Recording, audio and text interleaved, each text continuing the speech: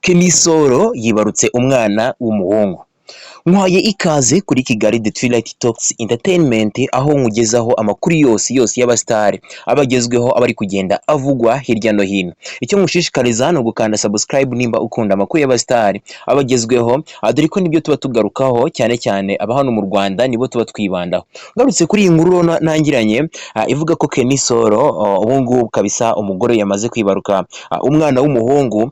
Ngira ngo kuri ku itariki 27 z'ukwa kane nibwo nibuka Kenny Solo apostinga aya mafoto atangaza ko umugore we atwite. Ni ibintu byatunguranye, ni ibintu byatunguye abantu benshi, bitewe nuko bitari byitezwe ko Kenny Solo nyine yahita abyara vuba, bitewe nuko nanone yari amaze igihe kitari kirekire akoze ubukwe. Ariko nyine inkuru nziza yatashye ku bakunzi ba Kenny Solo ndetse na Kenny Solo ubwe, ivuga ko uyu munsi kabisa nibwo inkuru yasabagiye ahantu hose ko Kenny Solo n'umugore we bibarutse umwana w'umuhungu. Ni ibintu byiza cyane, ni ibintu byashimishije abantu benshi, dore ko abantu benshi bagiye bamwifuriza nyine bamuha congratulation kabisa, berekana ko bamwishimiye.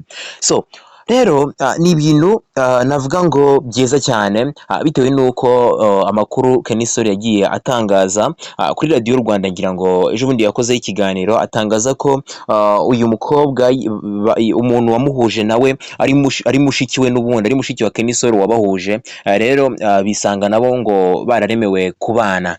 So ni ibintu byiza, urukundo rwabo navuga ko rwabaye rwiza kabisa, dore ko ejo bundi ubwo yari atwite Kenny Solo yagize gutya amukorera indirimbo kabisa. Basohoye indirimbo, ndetse indirimbo yari irimo n'uyu mukobwa uyu bita Kunda Alliance.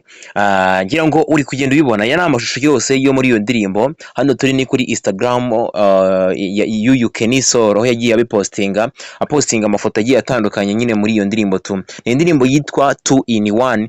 Ngira ngo nawe nimba ubishaka wagenda kuri YouTube ukandikamo 2 in 1, ukayisacinga kabisa ukareba amashusho yayo. Harimo umugore wa Kenny Solo aho abari kuri muririmbira kabisa, nyine agaragaza ko ari 2 in 1, muri babiri muri umwe. So ni byinshi rero, ni byinshi nakubwira kuri iyi nkuru, gusa icy'ingenzi nuko cyangwa se ikiza nuko uyu Kenny Solo yamaze kabisa kwibaruka umwana w'umuhungu. Ni nyuma yuko n'ubundi kuri Radio Rwanda bagiye bamubaza ikintu yishimira nyine cyangwa se ategereje kuri uyu mwana, akavuga ko icyo ategereje cyangwa se icyo yishimira ngo ntabwo ari we uzabona ko ngo ntabwo ari we uzabona umuntu umuturutseho nyine ngo arebe uko yabasa umwana nyine ngo wa Kenny Solo umwana nyine abyaye we ngo arebe uko yabasa. So ni byiza rero, navuga ko ari inkuru nziza kuri uyu muhanzi Kenny Solo kabisa. Nanjye muha congratulation. Urabona ko Kenny Solo ari kugenda aba umuntu w'umugabo cyane birenze kabisa, dore ko ari n'ibikorwa byinshi ari kugenda akora. Dore nkaho kuri ubu ngubu uyu munsi nabwo bashyize hanze indirimbo bita Moromita, afatanyije n'umusore bita uriya Neri Ngabo, ndetse iyi ndirimbo akaba ariyo bita God, bamwita producer God. Ngira ngo nawe ni director w'amashusho wo bita God. Ndetse iyo ndirimbo nayo ikaba ari nziza, iri kuri platform zose wagenda ukayireba kabisa, ukareba umuhungu wanyu.